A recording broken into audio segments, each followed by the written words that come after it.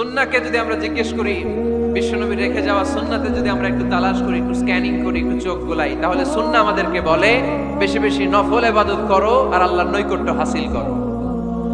সুবহানাল্লাহ পড়বেন না? কোরআন বলেছে সেজদায় লুটিয়ে পড়ো। যা যা বললাম আমি ওঠার আগে জিজ্ঞেস করে আবার শুনে যাব, কারণ আমি মনে করি এটা ক্লাস। এটা কি ক্লাসে পড়া দেওয়া নেওয়া আছে না নাই?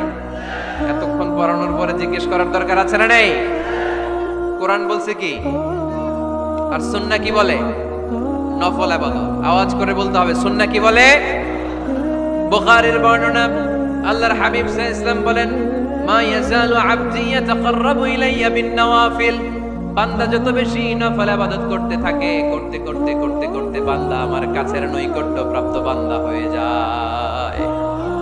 হাত্তা উহিব্বাহু, এরপর আমি আমার বান্দারে এত ভালোবাসি, কুনতু সামআহুল্লাযী ইয়াসমাউ বিহি।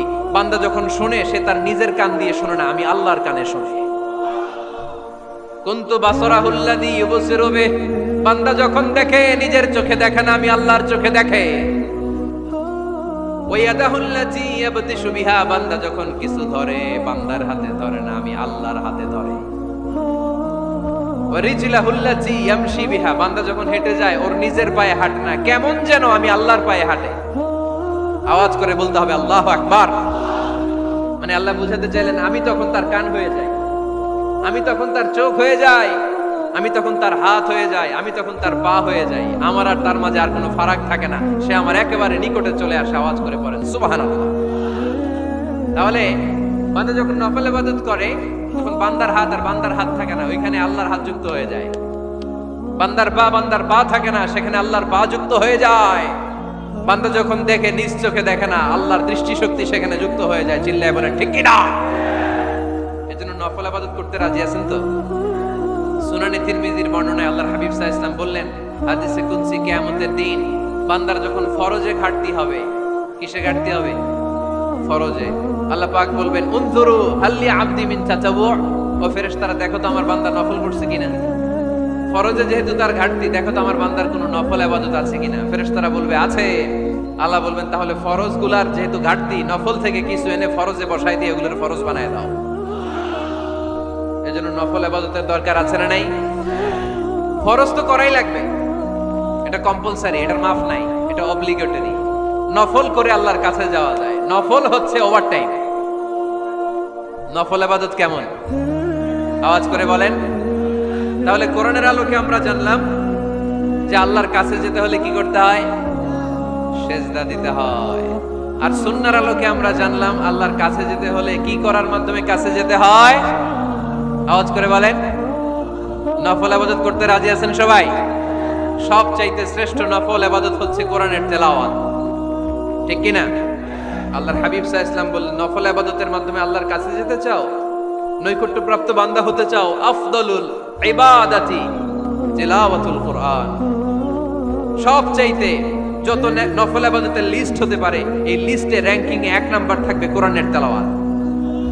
এই কোরআন তেলাওয়াত করতে রাজি আছেন তো? তাহলে কোরআন তেলাওয়াত করব। 2 নাম্বার তাহাজ্জুদের সালাত পড়ব। কিসের নামাজ? হুজুর ফজরই পড়তে পারি না। ফজরই যে ফজর পড়ে তার জন্যই না তাহাজ্জুদ, ঠিক কি না? ফজরই তো পড়তে পারি না, তাহাজ্জুদ করব কখন? তাহাজ্জুদ করলে আপনার মর্যাদা বাড়ায় দিবে কে? রব্বুল আলামিন বলেন, ওয়া মিনাল লাইলি ফাতাহাজ্জাদ বিহি নাফিলাতাল লাকা আসা আইয়াবা'আসাকা রাব্বুকা মাকামান মাহমুদা। তাহাজ্জুদের নামাজ যারা পড়বে তাদের মর্যাদা বাড়িয়ে দেয় কে? কারণ ওই মুহূর্তে আল্লাহ প্রথম আকাশে নেমে আসেন আর ডাকে, আলা মিন মুস্তাগফিরিন আগফিরালা। কার ক্ষমা দরকার? ক্ষমা চা, ক্ষমা করে দেব। আলা মিন মুস্তাকসিন আকসুলা। কার খাবারের দরকার, পোশাকের দরকার, চাও দিয়ে দেব। চাও, কার কি লাগবে চাও, আমি দিয়ে দেব। এজন্য শেষ রাতের দোয়া আল্লাহ কবুল করে। এই যে রমজান আসতেছে না সামনে, কোন মাসে রমজান? এপ্রিলে। সেজদায়ে নত হও, অশ্রু ছাড়ো, প্রভুর শরণে হৃদয় গাড়ো। সেজদায়ে নত হও, ছাড়ো, প্রভুর শরণে হৃদয় গাড়ো, প্রাণ খুলে সব ব্যথা বলো প্রভুকে, বলো প্রভুকে। রাত কি কেটে যাবে ঘুমে অলসে, রাত কি কেটে যাবে ঘুমে অলসে, তুমি কি জানবে না তোমার নিজেকে প্রভুকে।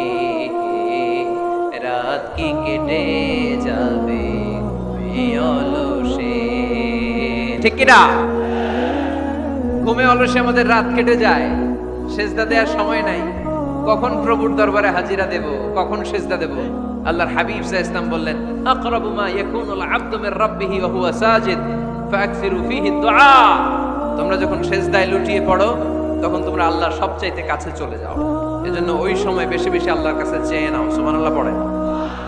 মনের যত আকুতি আছে, যত জ্বালা আছে, যত বেদনা, সেজদায় পড়ে আল্লাহরে বলার দরকার আছে না নাই?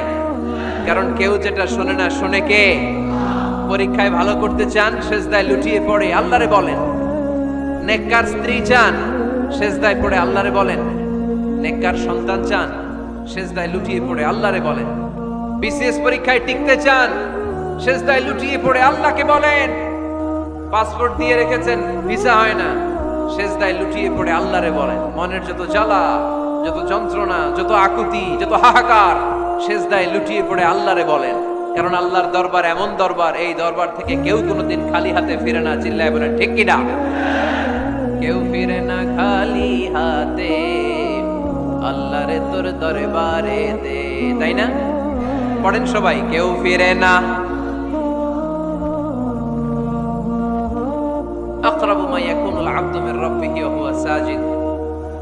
বান্দা যখন সেজদায় লুটিয়ে পড়ে, বান্দা আল্লাহর সবচাইতে কাছে চলে যায়। এই কথাটা মনে থাকবে আপনাদের সবার।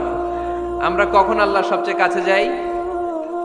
আওয়াজ করে বলেন, যখন আমরা সেজদায় পড়ে থাকি। আপাত দৃষ্টিতে মনে হয় সেজদাটা যখন দেই জায়নামাজের উপরে আমার কপালটা পড়ে, সেজদাটা যখন দেই মসজিদের টাইলসের উপরে আমার সেজদাটা পড়ে, সেজদাটা যখন দেই মনে হয় যে মসজিদের কাপড়ের উপর আমার কপালটা পড়ে। কিন্তু বিশ্বনবী বলেন না, তোমার কপালটা আল্লাহর কুদরতি পায়ের উপরে পড়ে। আকরাবু মা ইয়াকুনুল আবদু মির রাব্বিহি ওয়া হুয়া সাজিদ। বান্দা যখন সেজদায় লুটিয়ে পড়ে, বান্দা আল্লাহর সবচাইতে কাছে চলে যায়। তাহলে কোরআন আমাদেরকে জানালো, যদি আল্লাহর প্রিয় হতে চাও সেজদায় লুটিয়ে পড়ো। আল্লাহর প্রিয় হতে চাইলে কি করব? আওয়াজ করে বলেন কি করতে হবে? আল্লাহর হাবিব সাল্লাল্লাহু আলাইহি ওয়াসাল্লাম লম্বা সময় ধরে রাতে সেজদায় পড়ে থাকতেন। আল্লাহর হাবিব সাল্লাল্লাহু আলাইহি ওয়াসাল্লামের সাহাবারা সব সময় লম্বা লম্বা রুকু দিতেন, লম্বা লম্বা সেজদা দিতেন। কিন্তু আমরা রুকুর মধ্যে তাড়াহুড়ো করি, সেজদা দিতে যে তাড়াহুড়ো করি, এরকম আছে না? না, নিমসার এলাকায় এরকম কেউ নাই আলহামদুলিল্লাহ। আপনারা তাড়াহুড়ো করেন? করবেন না আমার ভাইয়েরা। There is no rushing in salah. সালাতে তাড়াহুড়ো নেই। There is no hastiness in salah. সালাতে কোনো তাড়াহুড়ো নেই। সল্লু সালাতান মুআদ্দি'।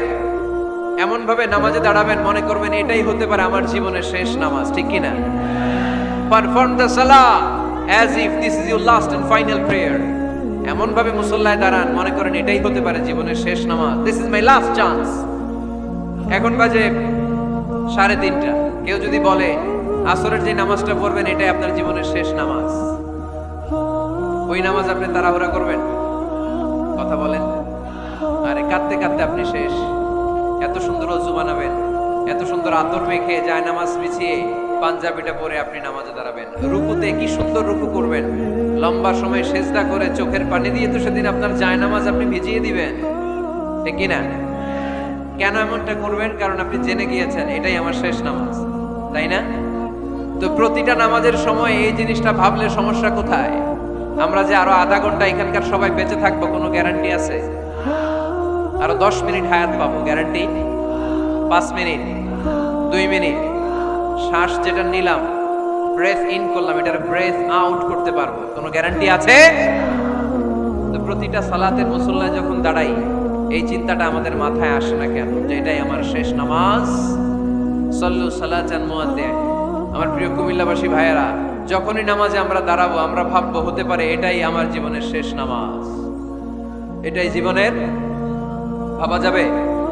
আর লম্বা চূড়া রুকু করবেন, লম্বা সিজদা করবেন, রুকুতে পিঠটা সোজা রাখবেন। আল্লাহর হাবিব সাল্লাল্লাহু আলাইহি ওয়াসাল্লাম যখন রুকু করতেন পিঠটা থাকতো স্ট্রেট ফরওয়ার্ড, বাঁকাও না উঁচুও না।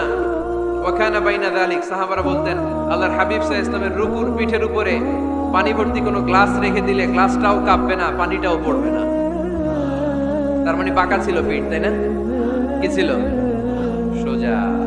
আবার আল্লাহর হাবিব সাল্লাল্লাহু আলাইহি ওয়াসাল্লাম বললেন সবচেয়ে বড় চোর যে নামাজে চুরি করে। সাহাবারা বললেন কাইফা ইয়াসরিকু ফিস সালাহ, নামাজে কেমনে চুরি করে?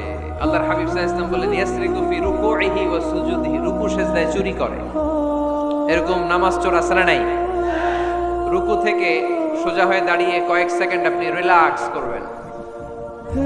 প্রথম সিজদা দিয়ে আপনি সোজা হয়ে বসে কয়েক সেকেন্ড রিল্যাক্স করবেন। কি করবেন? রিল্যাক্স। আওয়াজ করে পড়েন সবাই, রিল্যাক্স। নামাজে তাড়াহুড়ো নাই, সালাত হচ্ছে মেডিটেশন, রিল্যাক্স।